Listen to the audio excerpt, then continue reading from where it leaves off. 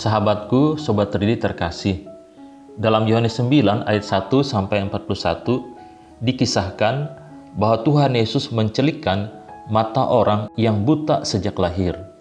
Dalam ayat 5-7 Yohanes menuliskan, "Selama aku di dalam dunia, akulah terang dunia." Setelah ia mengatakan semuanya itu, ia meludah ke tanah dan mengaduk ludahnya itu dengan tanah, lalu mengoleskannya pada mata orang buta tadi, dan berkata kepadanya, "Pergilah, basuhlah dirimu dalam kolam Siloam." Siloam artinya yang diutus. Maka pergilah orang itu, ia membasuh dirinya, lalu kembali dengan matanya sudah melek.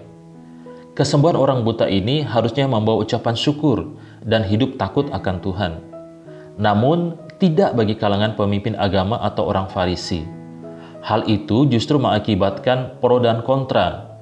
Bahkan orang tua dari orang yang tadinya buta ini juga takut mengakuinya dengan terus terang, karena mereka berada di bawah ancaman dikucilkan jika mengakui Yesus adalah Mesias.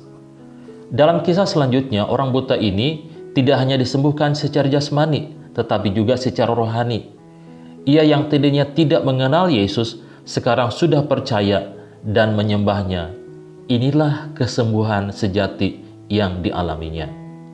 Sobat Tridi terkasih, mari dari kisah ini kita belajar, jangan mudah menilai satu peristiwa dengan apa yang kita lihat.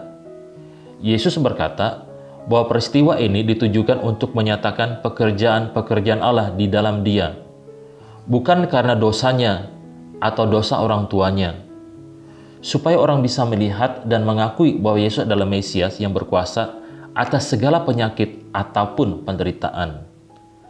Sebagai Allah yang Maha Kuasa dan berdaulat, Ia sanggup menyembuhkan orang yang buta sejak lahir.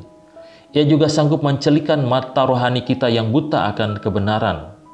Dalam hal ini, meskipun orang Farisi adalah para tokoh agama, namun sesungguhnya mereka buta secara rohani, karena mereka tidak bisa melihat pekerjaan Allah yang dinyatakan.